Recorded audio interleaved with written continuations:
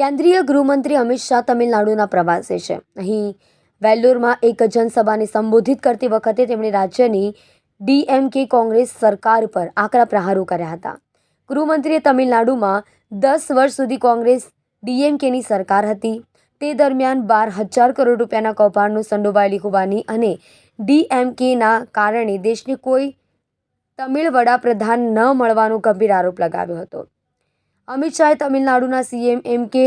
સ્ટાલિનના નિવેદન પર વળતો જવાબ આપતા કહ્યું, એમ.કે. સ્ટાલિને મને પૂછ્યું હતું કે અમારી સરકારે 9 વર્ષમાં તમિલનાડુને શું આપ્યું, તો સ્ટાલિનજી કાન ખોલીને સાંભળી લે કે તમિલનાડુને માત્ર 90,000 કરોડ રૂપિયાની મદદ કરવામાં આવી હતી અને તે પણ ત્યારે જ્યારે તમે જ કોંગ્રેસની સરકારમાં સામેલ હતા. જ્યારે મોદી સરકારના કાર્યકાળમાં તમિલનાડુને રૂપિયા 2,47,000 કરોડ આપવામાં આવ્યા છે. તેમણે કહ્યું, નરેન્દ્ર મોદી સરકારે વિશ્વમાં ભારતનું ગૌરવ વધાર્યું છે. સરકારે ભારતને પણ સુરક્ષિત બનાવ્યું છે. 2024માં દેશમાં ફરી એકવાર નરેન્દ્ર મોદીની સરકાર બનવા જઈ રહી છે. 2024માં અન્નામલાઈ જીતના નેતૃત્વમાં ભાજપને તમિલનાડુમાંથી લોકસભાની બેઠકો મળવા જઈ રહી છે અને કેન્દ્રમાં તમિલનાડુમાંથી મંત્રીઓ પણ બનાવવામાં આવશે. ગૃહમંત્રીએ કહ્યું હતું કે ડીએમકે યુપીએ સરકાર 10 વર્ષથી સત્તામાં હતી. અગાઉ તે 8 વર્ષ સત્તામાં હતી, પરંતુ તમિલનાડુના બાળકોને CAPF, નીટ અને અન્ય પરીક્ષાઓમાં તમિલમાં પેપર લખવાની મંજૂરી જ ન આપવામાં આવી અને અખિલ ભારતીય સેવાઓ નીટ અને CAPFની પરીક્ષાઓ પણ તમિલ ભાષામાં લેવામાં આવે છે. પાર્ટીના સૂત્રોના જણાવ્યા અનુસાર શાહે રવિવારે દક્ષિણ અને ચેન્નાઈમાં બીજેપી પદાધિકારીઓની બંધ બારણે બેઠકમાં આ મોટું નિવેદન આપ્યું હતું. તેમણે કહ્યું હતું કે ગૃહમંત્રી શાહે એમ પણ કહ્યું હતું કે આપણે તમિલનાડુના 2 વડાપ્રધાનોને ગુમાવ્યા છે. સૂત્રોના જણાવ્યા અનુસાર શાહે કહ્યું હતું કે આપણી પાસે સંભવિત 2 વડાપ્રધાનો કામરાજ અને મુપનાર ગુમાવ્યા છે. તેમના વડાપ્રધાન ન બની શકવા માટે ડીએમકે જવાબદાર છે. પાર્ટીના સૂત્રોએ જણાવ્યું હતું કે ગૃહ રાજ્ય મંત્રી અમિત શાહ દ્વારા તેમના નામ લેવામાં આવ્યા. તે 2 નેતાઓની એક કે કામરાજે ભૂતપૂર્વ વડાપ્રધાન જવાહરલાલ નહેરુના મૃત્યુ પછી લાલ બહાદુર શાસ્ત્રી અને બાદમાં ઇન્દિરા ગાંધીને વડાપ્રધાન બનાવવામાં મદદ કરી હતી. કહેવાય છે કે નહેરુ પછી કામરાજ પીએમ બની શક્યા હોત. તેમણે ઠુકરાવી દીધું હતું. જ્યારે 1996માં ગઠબંધન સરકારની પીએમ રેસમાં G.K. મુપનાર મુખ્ય દાવેદાર હતા, પરંતુ ડીએમકેના વડા એમ કરુણાનિધિએ તેમના નામ સાથે 2 વાર અસંમતિ વ્યક્ત કરી હતી. આમ ડીએમકેના કારણે જ દેશને 2 તમિલ વડાપ્રધાન મળતા રહી ગયા હતા. சகோதர சகோதரிகளே, இந்த அற்புதமான வேலூரில் நடைபெற்றுக் கொண்டிருக்கக்கூடிய இந்த பொதுக்கூட்டத்திற்கு வந்திருக்கக்கூடிய பாரதிய ஜனதா கட்சியினுடைய சிங்க குட்டிகளே, இரும்பு தூண்களாக இருக்கக்கூடிய நம்முடைய தொண்டர் படை மக்களே, கூட்டணி கட்சி புதிய நீதி கட்சியின் சார்பாக வந்திருக்கக்கூடிய தொண்டர் பெருமக்களே, உங்கள் அனைவரையும் கூட வருக வருக என்று வரவேற்கின்றோம். சுட்டரிக்கின்ற வெயில் எதையும் பொருட்படுத்தாமல் 42 டிகிரி வெயில்ல பொறுமையாக நம்முடைய அமித்ஷாஜி அவருடைய பேச்சை கேட்பதற்காக நீங்கள் அமர்ந்திருக்கின்றீர்கள். அமித்ஷாஜி அவர்களும் கூட இன்று காலை தென் சென்னை பாராளுமன்றத்துக்கு உட்பட்ட கூட்டத்தை நடத்தி முடித்துவிட்டு அங்கே இருந்து இங்கே வெள்ளூரிலே உங்களிடம் பேசிவிட்டு இங்கே இருந்து விசாகப்பட்டினம் செல்லிருக்கின்றார்கள். அங்கேயும் ஒரு பொதுக்கூட்டம் இருக்கிறது. காலத்தினுடைய நேரம் அருமை கருதி அதிகமாக நான் நேரத்தை எடுத்துக்கொள்ளாமல் மேடையில் இருக்கக்கூடிய நம்முடைய மத்திய உள்துறை அமைச்சர் திரு அமித்ஷாஜி அவர்களை வாழ்த்தி வணங்கி வரவேற்று, புதிய நீதி கட்சி தலைவராக இருக்கக்கூடிய அண்ணன் ஏசி சண்முகம் அவர்களை வாழ்த்தி வணங்கி வரவேற்று, மேடையின் மீது இருக்கக்கூடிய நம்முடைய இணை பொறுப்பாளர் அண்ணன் சுதாகர் ரெட்டிஜி அவர்கள், இந்த தொகுதியினுடைய பொறுப்பாளராக இருக்கக்கூடிய மத்திய இணையமைச்சர் அண்ணன் டாக்டர் விஜய் குமார் சிங்ஜி அவர்கள் ஜெனரல், மேடையில் இருக்கக்கூடிய மாநிலத்தினுடைய துணைத் தலைவர் அண்ணன் கே.எஸ். நரேந்திரன் அவர்கள், மாநிலத்தினுடைய பொதுச் செயலாளர் கார்த்தியானி அவர்கள், செயலாளர்கள் கோ வெங்கடேசன் அவர்கள், அண்ணன் சையத் இப்ராஹிம் அவர்கள், பிரபாரிகளாக இருக்கக்கூடிய பாலகிருஷ்ணன் அவர்கள், வெங்கடேசன் அவர்கள், ராஜ்குமார் அவர்கள், மாவட்ட தலைவர்களாக இருக்கக்கூடிய மனோகரன் அவர்கள், வாசுதேவன் அவர்கள், மேடையின் மீது இருக்கக்கூடிய அனைத்து தலைவர்கள், பத்திரிகை நண்பர்களை ஒரு முறை உங்களை வருக வருகென்று வரவேற்கின்றேன். சகோதர சகோதரிகளை, நம் அனைவரும் கூட நம்முடைய மத்திய உள்துறை அமைச்சர் திரு அமித்ஷாஜி அவருடைய பேச்சை கேட்பதற்காக இங்கே அமர்ந்திருக்கின்றோம். வெயில் நமக்கு பொருட்டில்லை. இன்னும் 9 மாதம் கழித்து நடக்க இருக்கக்கூடிய பாராளுமன்ற தேர்தலிலே வெள்ளூர் பாராளுமன்றத்தை வென்றெடுப்பது மட்டும்தான் நம்முடைய ஒரே ஒரு இலக்காக இருக்கிறது. நாம் அனைவரும் இங்கே அமர்ந்திருக்கின்றோம். நிச்சயமாக நம்முடைய அமித்ஷாஜி அவர்கள் பேசும் பொழுது 9 ஆண்டு காலம் எப்படி இந்தியாவை அடிப்படையிலே மாட்டி இருக்கின்றோம் என்று பேசுவார். தமிழகத்திலே சில அரசியல் கட்சியினுடைய தலைவர்கள், குறிப்பாக நம்முடைய முதலமைச்சர் திரு மு.க. ஸ்டாலின் அவர்களுக்கு நேற்றிலிருந்து காய்ச்சல் ஜுரம் வர ஆரம்பித்து விட்டது. அமித்ஷாஜி அவர்கள் தமிழக மன்னருக்கு வர ஆரம்பித்து விட்டார் என்று தெரிந்தவுடன் சேலத்திலே காய்ச்சல் தொடங்கிவிட்டது. சொல்லுங்க 9 வருஷம் என்ன பண்ணீங்கன்னு சொல்லுங்க. அப்படி முதலமைச்சர் அவர்களே சொல்வதற்காகத்தான் இந்த கூட்டம் நடைபெற்றுக் கொண்டிருக்கிறது. நீங்கள் அமித்ஷாஜி அவர்கள் வரும் பொழுது லைட்டை வேணா ஆஃப் பண்ணலாம். தொண்டர்களுடைய உற்சாகத்தை எப்பொழுதும் கூட உங்களால் ஆஃப் செய்ய முடியாது. 2024 பாராளுமன்றத்திலே தமிழகத்திலே நம்முடைய கூட்டணி என்டிஏ கூட்டணியிலிருந்து அமித்ஷாஜி அவர்கள் இன்று காலை சென்னையிலே சூழ்நிலைத்திருக்கின்றார்கள். 25 எம்பிக்களை குறைந்தபட்சம் புதிய பாராளுமன்றத்திலே செங்கோலுடைய ஆசீர்வாதத்தோடு பாராளுமன்றத்திற்கு செல்வார். அமித்ஷாஜி அவர்கள் பேசுவதற்கு முன்பு ஒரு குறிப்பை மட்டும் 2 நிமிடத்தில் வைத்துவிட்டு நான் முடித்துவிட்டு அமர்ந்து கொள்கின்றேன். 9 ஆண்டு காலத்தில் நாம் செய்த சாதனையை உள்துறை அமைச்சர் சொல்லுவார். 10 ஆண்டு காலம் மத்தியிலே UPA 1 UPA 2, 10 ஆண்டு காலம் திமுக கூட்டணியில் இருந்தீங்க. நீங்கள் செய்த சாதனையையும் கூட நானே இந்த மேடையிலே சொல்லுகின்றேன்.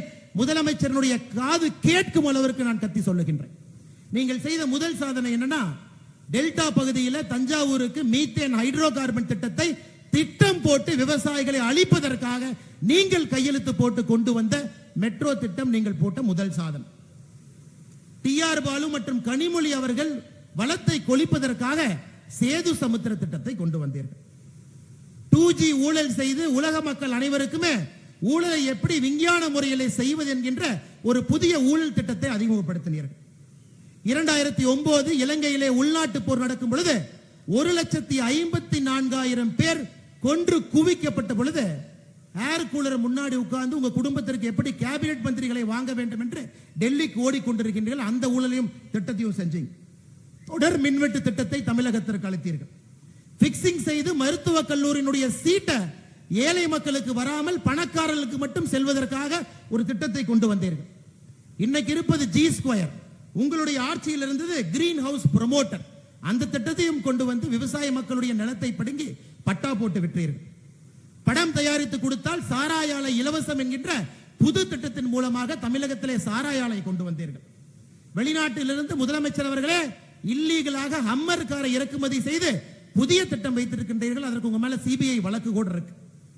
Red Giant movie, Sun picture, Cloud9, மோகனா மூவி தமிழக மக்களுடைய கலை தாகத்தை தீர்ப்பதற்காக புதிய ஒரு கலை திட்டத்தை கொண்டு வந்தீர்கள். ஜல்லிக்கட்டு போட்டிக்கு தடை விதிப்பதற்காக கூட 2011 ஒரு திட்டத்தை கொண்டு வந்தீர்கள். இதுதான் உங்களுடைய சாதனையை தவிர நீங்கள் செய்த அனைத்தும் கூட தமிழக மக்களுக்கு 10 ஆண்டுகளாக வேதனை மட்டும்தான். அதனால் அதிகமாக நேரத்தை எடுத்துக்கொள்ளாமல் நம்முடைய அமித்ஷாஜி அவர்கள் இப்பொழுது பட்டியலிடுவார். 9 ஆண்டுல எப்படி இந்தியா மாறி இருக்கிறது, எப்படி தமிழகம் மாறி இருக்கிறது, எந்த விதமான திட்டம் அடிப்படையிலே மக்களுக்கு மாற்றத்தை ஏற்படுத்தி இருக்கிறது.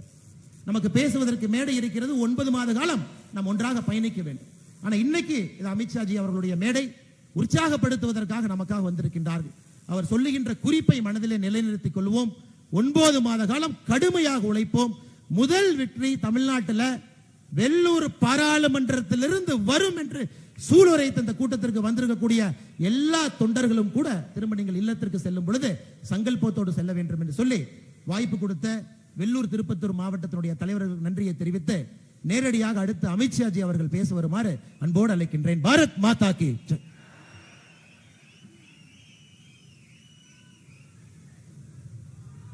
முடிசூடா மன்னன், மக்களின் தலைவன் பாரத பிரதமர் நரேந்திர மோடி அவர்கள் தமிழகத்தின் சிறப்பை செங்கோல் எடுத்து புதிய பாராளுமன்றத்தில் கொடுத்தார். இன்று சொன்னதையும் சொல்லாதையும் தன்னுடைய சாணக்கிய தந்திரத்தில் இந்தியா முழுக்கும் காவி கூடிய ஆட்சி நிரப்பிருக்கும் நம்மளது மரியாதைக்குரிய திரு அமித்ஷாஜி அவர்களுக்கு செங்கோலனை AC சண்முகம் அவர்கள் வழங்கி சிறப்பிப்பார்.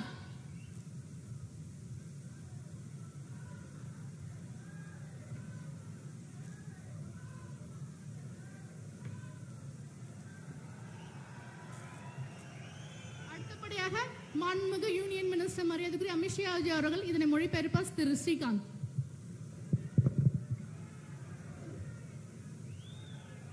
मेरे साथ बोलिए भारत माता की। என்னோட சேர்ந்து எல்லாரும் சொல்லுங்க. अरे भाई भाई भाई, ऐसी आवाज नहीं चलेगी। इस बार वेल्लोर में एनडीए की भाजपा की सीट लानी है। दोनों हाथ उठाइए। இந்த குரல் பத்தாது, என்டிஏ ஜெயிக்கிற மாதிரி இருக்கணும் குரல். ரெண்டு கையையும் தூக்குங்க. विजय के संकल्प की मुट्ठी भींचिए வெற்றிக்கான குரலை எழுப்புங்க. और प्रचंड आवाज से बोलिए भारत भारत माता की, जय! भारत माता की। जय! मंच पर उपस्थित जिन्होंने तमिलनाडु में भारतीय जनता पार्टी को पूरे जोश के साथ गांव-गांव तक पहुंचाने का काम किया है, ऐसे मेरे छोटे भाई श्री के अन्नामिलाई जी, ताली बजाओ सभी लोग। தமிழ்நாட்டின் பட்டி தொட்டி கிராமங்களில் எல்லாம் பாரதிய ஜனதாவை வேகமெடுக்க வைத்த என் அன்பு தம்பி அண்ணாமலை அவர்கள், श्री ए.सी. सन्मुगम जी,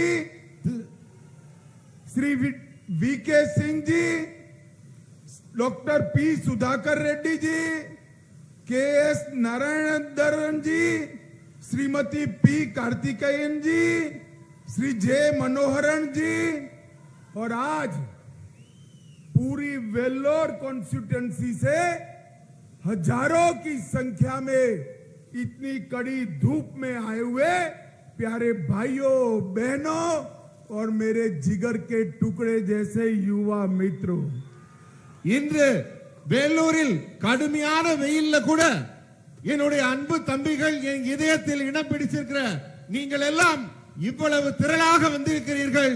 இது மிகவும் மகிழ்ச்சி அளிக்கிறது. मित्रों, सबसे पहले मैं भारत की महान भाषा तमिल में बोल नहीं सकता, इसलिए आप सभी से माफी मांगकर मेरी बात की शुरुआत करता हूं।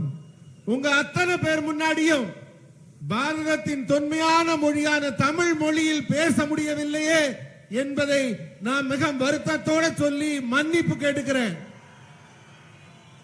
मित्रों, आज मैं वेल्लोर आया हूं तब ये ऐतिहासिक भूमि के थिरुकदासामी चेट्टियार जी को प्रणाम कर कर मेरी बात की शुरुआत करता हूं। இந்த இதிகாசம் வரலாற்று சிறப்புமிக்க வெள்ளூர் பூமியிலே திரு கந்தசாமி செட்டியார் அவர்களை வணங்கி என் உரையை தொடங்குகிறேன். मैं भारत के महान स्वतंत्रता सेनानी श्री कल्याण रमन जी को भी प्रणाम कर कर मेरी बात की शुरुआत करना चाहता हूं। வேலூரின் புகழ்பெற்ற சுதந்திர போராட்ட வீரர் கல்யாணராமன் அவர்களையும் வணங்கி இந்த உரையை தொடங்குகிறேன். आज मेरा यहां आने का मकसद हमारे प्रिय प्रधानमंत्री नरेंद्र मोदी जी के नेतृत्व में भारतीय जनता पार्टी और एनडीए की सरकार के 9 साल पूरे हुए हैं, इसलिए मैं तमिलनाडु की जनता को धन्यवाद कहने के लिए यहां आया हूं। நான் இங்க உங்க முன்னாடி வந்திருக்கிறதுக்கான மிக முக்கியமான காரணம் நம் மதிப்பிற்குரிய பாரத பிரதமர் திரு நரேந்திர மோடி அவர்கள் 9 ஆண்டு கால ஆட்சியை மிக சிறப்பாக நடத்துவதற்கு தமிழக மக்கள் தந்த ஒத்துழைப்பிற்கு நன்றி தெரிவிப்பதற்காக வந்திருக்கிறேன். पहले 10 साल तक कांग्रेस डीएमके की सरकार तमिलनाडु में चली, जिसने 12,000 करोड़ के घपले घोटाले भ्रष्टाचार किया। 9 साल में नरेंद्र मोदी सरकार पर एक भी भ्रष्टाचार का आरोप कोई नहीं लगा सका। இந்த ஆட்சிக்கு முன்னாடி 10 ஆண்டு காலம் காங்கிரஸ் திமுக ஆட்சி நடைபெற்றுக் கொண்டிருந்தது. ஆனா அப்ப அவங்க 12,000 கோடி ரூபாய்க்கு ஊழல் செஞ்சாங்க. நம்முடைய 9 ஆண்டு கால ஆட்சியில சுட்டி காட்டுற மாதிரி ஒரு ஊழல் குற்றச்சாட்டு கூட இல்லாம சிறப்பான ஆட்சி நடைபெற்று இருக்கிறது. मित्रों, नरेंद्र मोदी सरकार ने दुनिया में भारत का सम्मान बढ़ाने का काम किया है। நண்பர்களே, நமது மோடி அவர்களின் அரசு உலகத்திலே பாரதத்தின் பெருமையை மிகவும் உன்னதமாக உயர்த்தி இருக்கிறது. और नरेंद्र मोदी सरकार ने भारत को सुरक्षित बनाने का भी काम किया है। பாரதத்தை வளர்ச்சி பாதையிலும் கொண்டு சென்று கொண்டிருக்கிறது நம் அரசு. और साथ साथ अभी अभी नई पार्लियामेंट भवन का लोकार्पण नरेंद्र मोदी जी ने किया। इसमें तमिलनाडु के चोल साम्राज्य का परंपरा से सेंगोल को फिर से एक बार पार्लियामेंट में स्थापित करने का काम नरेंद्र मोदी सरकार ने किया है। இப்போது டெல்லியிலே கட்டப்பட்டிருக்கும் புதிய பாராளுமன்ற கட்டிடத்திலே தமிழர்களின் தொன்மையான சோழ சாம்ராஜ்யத்தின் சின்னமான செங்கோலை மைய மண்டபத்திலே வைத்து சாதனை படைத்திருக்கிறது நம் அரசு. मित्रों, तीसरी बार भी 2024 में देश में फिर से नरेंद्र मोदी सरकार बनने वाली है। நண்பர்களே, மீண்டும் 2024 மூன்றாவது முறையாக நமது நரேந்திர மோடி அவர்களின் அரசு மீண்டும் உருவாக இருக்கிறது. परंतु मैं आपको विनंती करने आया हूं कि 2024 में नरेंद्र मोदी जी को तमिलनाडु का आशीर्वाद मिले और 25 से ज्यादा सीटें तमिलनाडु में एनडीए जीतकर मोदी जी प्रधानमंत्री बने। நண்பர்களே, 2024 என்ன சிறப்பு இருக்கணும்னா தமிழ்நாடு மக்களின் ஆசீர்வாதத்தோட 25 பாராளுமன்ற தொகுதிகளை நீங்கள் வென்று கொடுக்க வேண்டும். मित्रों, आज सुबह में संगठन की बैठक कर आया हूं। हमारे प्रदेश अध्यक्ष अन्ना मलाई ने जिस प्रकार से संगठन बनाया है, मुझे पूरा विश्वास है कि तमिलनाडु में इस वक्त इस साल 2024 में 25 से ज्यादा सीटें एनडीए जीतकर मोदी जी के साथ तमिलनाडु से कई मंत्री नए मंत्रिमंडल में शपथ लेंगे, इसका मुझे विश्वास है। இன்றைக்கு காலையில கட்சியின் அமைப்பு கூட்டம் நடைபெற்றது. அப்போது நமது மாநில தலைவர் அண்ணாமலை அவர்கள் எப்படி அதை நடத்தி கொண்டிருக்கிறார் என்று பார்த்தபோது எனக்கு ஒரு நம்பிக்கை பிறந்தது. அதாவது 25 சீட் இல்ல, அதுக்கும் மேல பாராளுமன்றத்தை வென்று தமிழகத்தின் அமைச்சர்கள் மத்திய அமைச்சரவையில் இடம் பிடிக்க போகிறார்கள். मित्रों, नरेंद्र मोदी जी और भारतीय जनता पार्टी ने महान तमिल भाषा, तमिलनाडु के महान इतिहास और हमारी तमिलनाडु की संस्कृति के लिए ढेर सारे काम किए हैं। நமது நரேந்திர மோடி அவர்கள் பாரதிய ஜனதா கட்சியின் சார்பிலே தமிழ் மொழியையும் தமிழ் மொழியின் தொன்மையையும் அதன் சிறப்பையும் மேம்படுத்தும் வகையிலே பல பல சிறப்புகளை சேர்த்திருக்கிறார்கள். नरेंद्र मोदी जी ने दुनिया में किसी भी देश में गए हो, अपने भाषण के अंदर तमिल साहित्य, तमिल महापुरुष और तमिल संस्कृति की महानता की बात समग्र दुनिया के सामने की है। உலகின் எந்த நாட்டுக்கு நம்ம பிரதமர் போனாலும் தன்னுடைய உரையில தமிழ் மொழியின் பெருமையையும் இலக்கியத்தின் பெருமையையும் தமிழ் கவிதைகளையும் சொல்ல மறந்திருக்காரா? சிறப்பாக தமிழின் பெருமையை उयर्ती இருக்கிறார். अभी अभी काशी में और सौराष्ट्र में तमिल संगमम कर तमिलनाडु की संस्कृति को, तमिलनाडु के साहित्य को, तमिलनाडु के खान पान को गुजरात और समग्र उत्तर प्रदेश में प्रिय बनाने का काम नरेंद्र मोदी जी ने किया है। சமீபத்தில் காசி தமிழ் சங்கமம், சௌராஷ்டிரா தமிழ் சங்கமம்னு நடத்தி காசியிலும் உத்தரப்பிரதேச காசியிலும் குஜராத்திலும் தமிழின் பெருமையை, அந்த நமக்கும் அவர்களுக்கும் உள்ள உறவை உரத்து கூறி இருக்கிறார் நம் பிரதமர். काशी तमिल संगमम में प्रधानमंत्री जी ने भारत की 13 भाषाओं में तिरुकुरल का अनुवाद कर कर तिरुकुरल को भारत के घर घर में पहुंचाने का काम किया है। அன்றைக்கு காசி தமிழ் சங்கத்தில் நமது தொன்மையான மொழியான திருக்குறளை 23க்கும் அதிகமான மொழிகளிலே மொழிபெயர்த்து அந்த திருக்குறளை எல்லா மாநில மக்களும் படிக்கும் வகையிலே நமது பிரதமர் வெளியிட்டு பெருமைப்படுத்தி இருக்கிறார். पिछले माह प्रधानमंत्री जी पापुआ न्यू गिनी गए थे। उन्होंने तिरुकुरल का स्थानीय भाषा में भाषांतर कर कर विदेश में भी पहुंचाने का काम नरेंद्र मोदी जी ने किया है। போன மாதம் பப்பு நியூ கினியான் என்ற பகுதிக்கு சென்ற போது நமது பிரதமர் அங்கும் திருக்குறளின் பெருமையை பேசி இருக்கிறார். உலகின் எந்த மூலைக்கு சென்றாலும் திருக்குறளின் பெருமையை நமது பிரதமர் பேசிக் கொண்டிருக்கிறார். मित्रों, 10 साल तक डीएमके यूपीए सरकार में रही, पहले भी 8 साल तक सत्ता में रहे, परंतु सीएपीएफ की परीक्षा में, नीट की परीक्षा में, ऑल इंडिया सर्विसेज की परीक्षा में तमिल लड़कों को, बच्चों को तमिल में पेपर लिखने की छूट नहीं थी। अब ऑल इंडिया सर्विसेज, नीट और सीएपीएफ के एग्जामिनेशन तमिल भाषा में भी लिए जाते हैं। தமிழ் தமிழ் தமிழுக்காக வாழ்றோம்னு சொல்ற திமுக 10 ஆண்டு காலம் யூபிஏ கவர்மெண்ட்ல ஆட்சியில் இருந்தாங்க. அதுக்கு முன்னாடி 8 ஆண்டு காலம் இருந்தாங்க. அப்ப சிஆர்பிஎஃப் தேர்வாகட்டும், நீட் தேர்வாகட்டும், சிவில் சர்வீஸ் தேர்வாகட்டும், ஆனா தமிழ் மக்கள் தமிழ் மொழியில அந்த தேர்வை எழுத முடியாத நிலை இருந்தது. நாம் ஆட்சிக்கு வந்த பிறகுதான் திரு நரேந்திர மோடி அவர்கள் தலைமையிலே இப்போது சிஆர்பிஎஃப் தேர்வாகட்டும், நீட் தேர்வாகட்டும், சிவில் சர்வீஸ் ஐஏஎஸ் தேர்வாகட்டும், இதையெல்லாம் தமிழ் மக்கள் தமிழ் மொழியிலேயே எழுத முடிகிறது.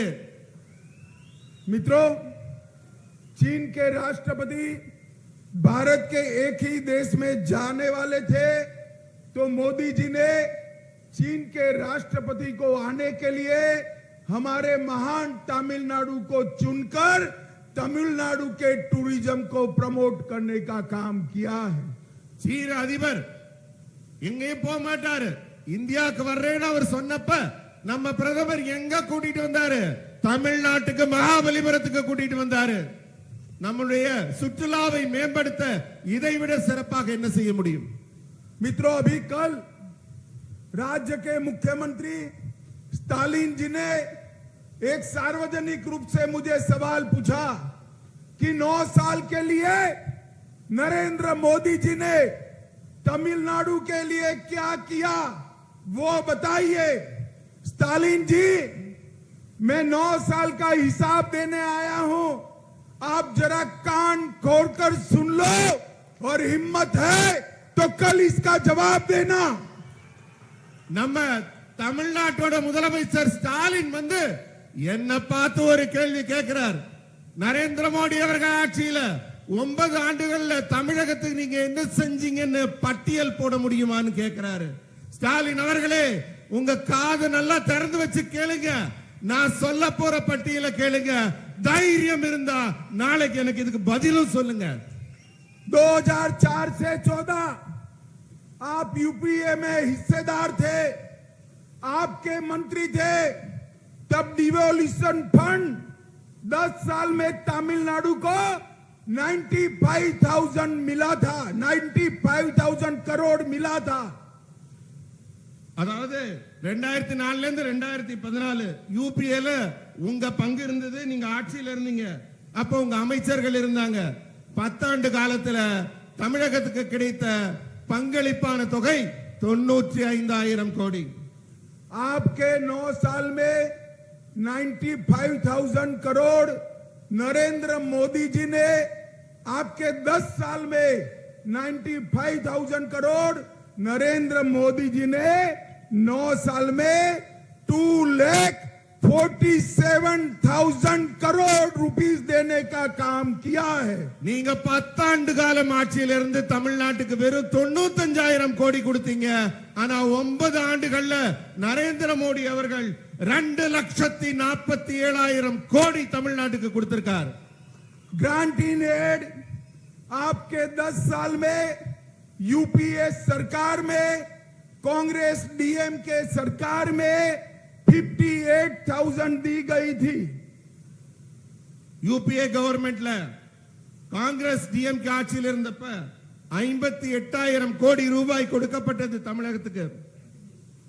आपके 58,000 आपके 10 साल में 58,000, नरेंद्र मोदी जी के 9 साल में 58,000 से बढ़ाकर 2,31,000, 4 टाइम ज्यादा देने का काम नरेंद्र मोदी सरकार ने किया है. 10 ஆண்டுகள்ல நீங்க கொடுக்கிற மானியம் கிராண்ட் இன் எய்ட் 58,000 கோடி தான் கொடுத்தீங்க. 9 ஆண்டுகள்ல மோடி அவர்கள் 2,31,000 கோடி ரூபாய் கிராண்ட் இன் எய்ட் மானியமாக கொடுத்திருக்கிறார்.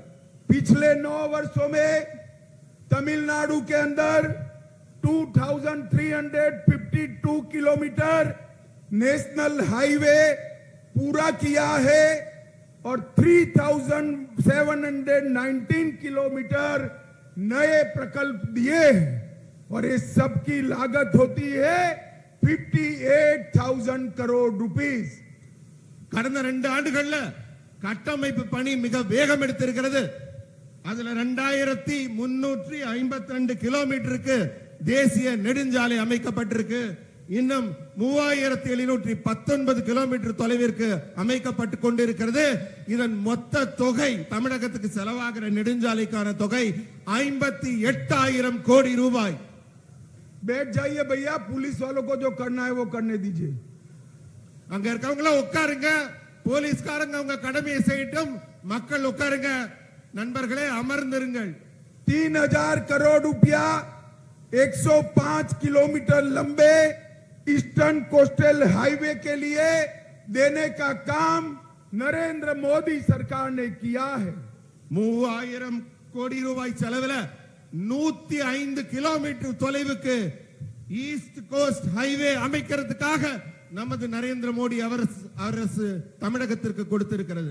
50,000 करोड़ रुपया चेन्नई बेंगलुरु एक्सप्रेस वे के लिए देने का काम नरेंद्र मोदी जी ने किया है. 50,000 கோடி ரூபாயில சென்னையிலிருந்து பெங்களூருக்கு விரைவு பாதை அமைப்பதற்காக இப்போது திட்டம் தயாரிக்கப்பட்டிருக்கிறது. चेन्नई मेट्रो फेज 1 और फेज 2 के लिए 72,000 करोड़ रुपया देने का काम किया है.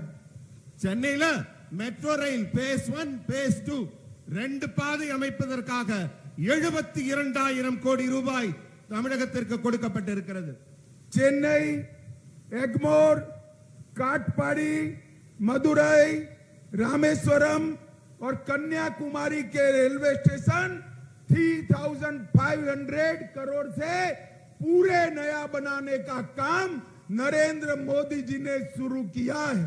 சென்னை எக்மோர், காட்பாடி, மதுரை இது போன்ற ரயில் நிலையங்கள்ல 3,500 கோடி ரூபாய் செலவுல புதுசா கட்டுவதற்கான ஏற்பாடுகள் செய்யப்பட்டிருக்கு. காட்பாடி, மதுரை, கன்னியாகுமரி, எக்மோர்ல புதிய ரயில் நிலையங்கள் அமைய இருக்கு. 2 वंदे भारत एक्सप्रेस चेन्नई मैसूर और चेन्नई कोयम्बटूर देने का काम नरेंद्र मोदी जी ने किया है. புத்தம் புது வந்தே பாரத் எக்ஸ்பிரஸ் ரயில் சென்னையிலிருந்து மைசூருக்கும் சென்னையிலிருந்து கோயம்புத்தூருக்கும் தற்போது பறந்து கொண்டிருக்கிறது. 1,260 करोड़ रुपया से 1,260 करोड़ रुपए की लागत से चेन्नई एयरपोर्ट इंटीग्रेटेड भवन का उद्घाटन भी नरेंद्र मोदी जी ने किया है. சென்னையில புதிய ஏர்போர்ட் ஒரு பகுதி உருவாக்கப்பட்டிருக்கு. 1,260 கோடி ரூபாய் செலவில் அந்த உள்கோட்டம் அமைக்கப்பட்டிருக்கு. 1,000 करोड़ की नवेली लिग्नाइट योजना भारत सरकार ने शुरू की है. 1000 கோடி ரூபாய் செலவில் நம்ம மின் உற்பத்தி செய்கிற நெய்வேலி லிக்னைட் கார்பரேஷன்ல புதிய திட்டம் அமைக்கப்பட்டிருக்கு. 56 लाख किसान को हर साल 6,000 रुपया डीबीटी के माध्यम से भेजा जाता है। 56 லட்சம் விவசாயிகளுக்கு 6000 ரூபாய் வருடா வருடம் தமிழக அரசில் இருக்க விவசாயிகளுக்கு மத்திய அரசால கொடுக்கப்படுது. जल जीवन मिशन के 84 लाख कनेक्शन भारतीय जनता पार्टी की मोदी सरकार ने दिए हैं। குடிநீர் இணைப்புக்காக தமிழ்நாட்டில் தண்ணியே வராத வீடுகளுக்கு 84 லட்சம் குடிநீர் இணைப்புகள் தமிழ்நாட்டில் கொடுக்கப்பட்டிருக்கு. 2.50 करोड़ लाभार्थियों को 5 लाख तक का पूरा स्वास्थ्य का खर्चा आज नरेंद्र मोदी सरकार दे रही है। மருத்துவ உதவிக்காக 2.5 கோடி மக்களுக்கு ஆயுஷ்மான் இந்த மாதிரி திட்டத்தில் மருத்துவ உதவிக்கான உதவிகள் செய்யப்பட்டிருக்கு. 62 लाख 62 लाख शौचालय चेन्नई के गरीबों तमिलनाडु के गरीबों के लिए बनाए गए हैं। 62 லட்சம் கழிப்பறைகள் தமிழ்நாட்டில் இருக்க ஏழை மக்களுக்காக அவங்க சௌகரியத்துக்காக கொடுக்கப்பட்டிருக்கு. 1 करोड़ गरीब तमिलनाडु के भाइयों बहनों को हर महीने 5 किलो अनाज प्रति व्यक्ति मुफ्त में देने का काम नरेंद्र मोदी सरकार कर रही है।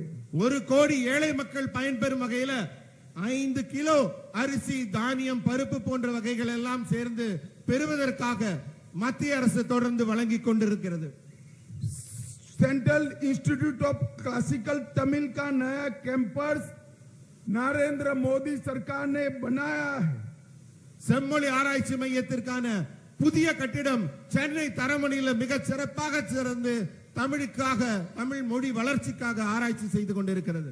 मित्रों अभी कल मैंने देखा उन्होंने कहा कि मदुरै का एम्स अब तक क्यों नहीं बना है। मित्रों मैं आज कहने आया हूं कि 18 साल तक एडीएम के केंद्र के सत्ता में रही। मैं आज उनको पूछने आया हूं कि आपने क्यों एम्स तमिलनाडु को नहीं दिया। इसका जवाब तमिलनाडु की जनता को आपको देना चाहिए। எனக்கு ஒரு கேள்வி கேட்டிருக்காங்க, மதுரையில எய்ம்ஸ் இன்னும் ஏன் திறக்கலன்னு. ஆனால் நான் இந்த கேள்வியை அதிமுகவினருக்கு கேட்க விரும்புகிறேன். ஏன்னா அவங்க முன்னர் ஆட்சியில் இருந்தபோது எய்ம்ஸ் ஏன் திறக்கப்படவில்லை என்ற கேள்விக்கான பதிலை அவர்கள்தான் சொல்ல வேண்டும். और एम्स का कॉलेज इसके 2 बैच टेम्पररी कैंपस में शुरू हो गए हैं।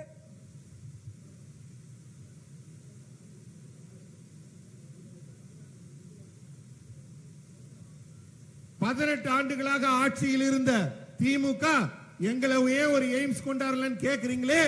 ஆனால் நீங்க ஏன் எய்ம்ஸ் 18 ஆண்டு காலமாக இருந்தும் ஒரு எய்ம்ஸ் கூட தமிழ்நாட்டுக்கு கொண்டாடவில்லை.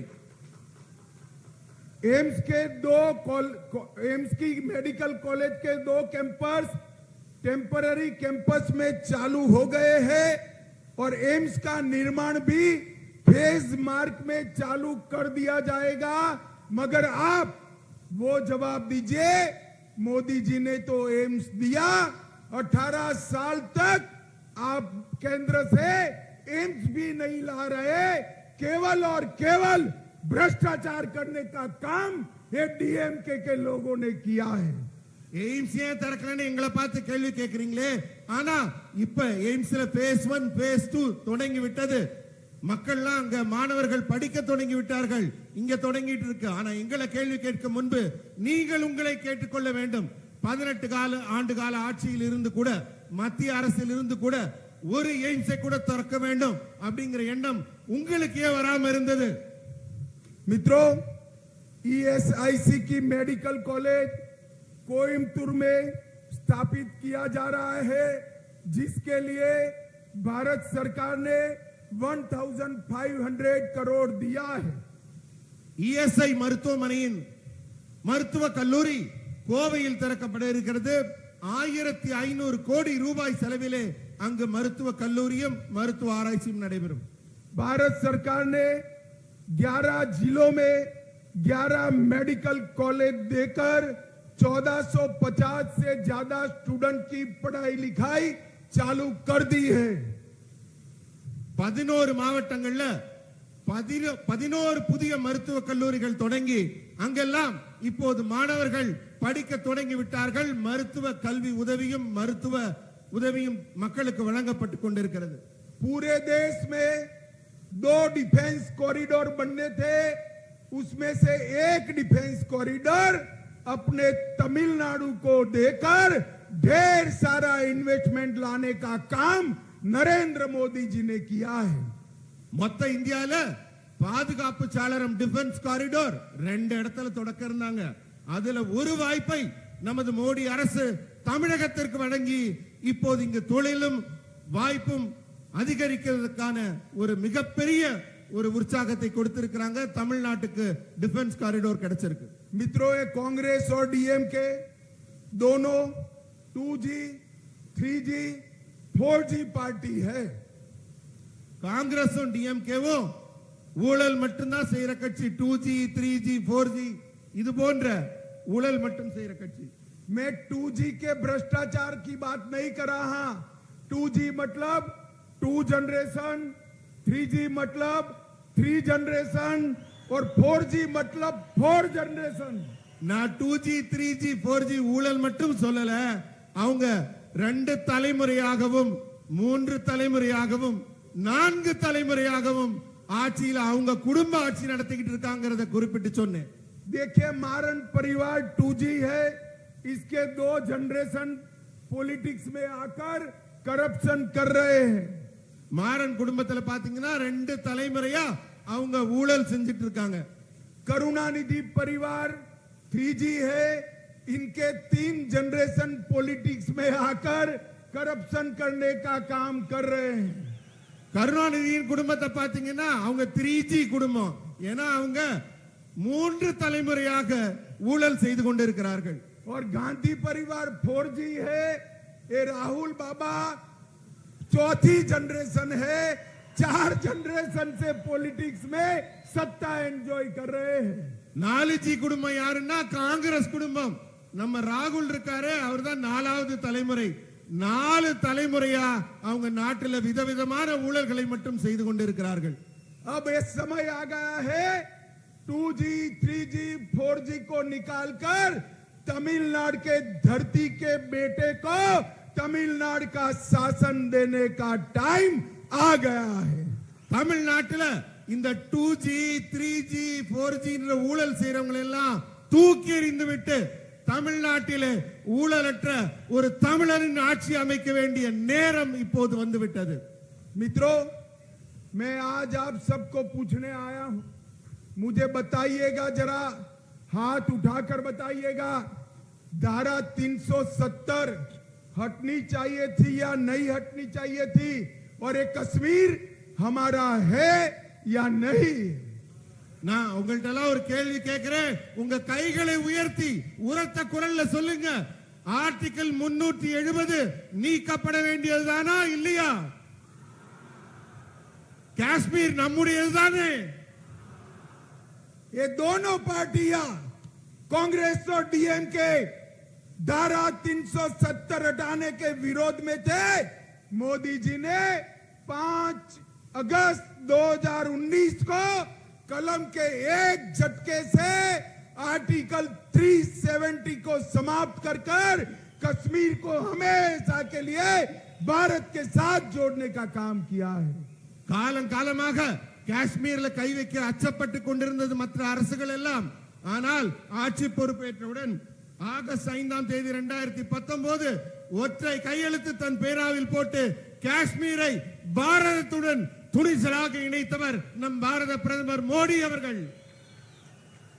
मित्रों, 2024 में फिर से एक बार 300 सीटों के साथ नरेंद्र मोदी सरकार बनने वाली है। நண்பர்களே, 2024 மீண்டும் ஒரு முறை 300க்கும் அதிகமான சீட்டுகளை பெற்று மோடி அரசு ஆட்சி அமைக்க இருக்கிறது 3வது முறையாக.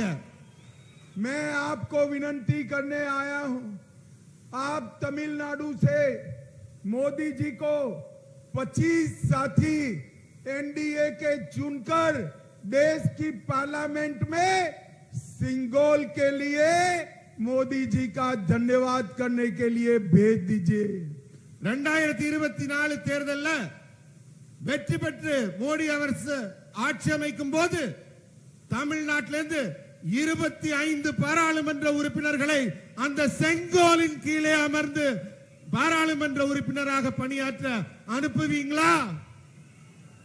मुझे बताइए वेल्लोर सीट एनडीए को जिताएंगे? வெள்ளூர்ல என்டிஏ ஜெயிக்குமா? मोदी जी को प्रधानमंत्री बनाएंगे? மோடியை பிரதமராக்குவோமா? बनाएंगे तो मेरे साथ दोनों हाथ उठाइए, ரெண்டு கரத்தையும் உயர்த்தி சொல்லுங்க. विजय के संकल्प की मुट्ठी बींचिए வெற்றிக்கான முட்டியை உயர்த்துங்கள். और प्रचंड आवाज से बोलिए உரத்த குரல்ல சொல்லுங்க. भारत माता की ஜெய் भारत माता की ஜெய்.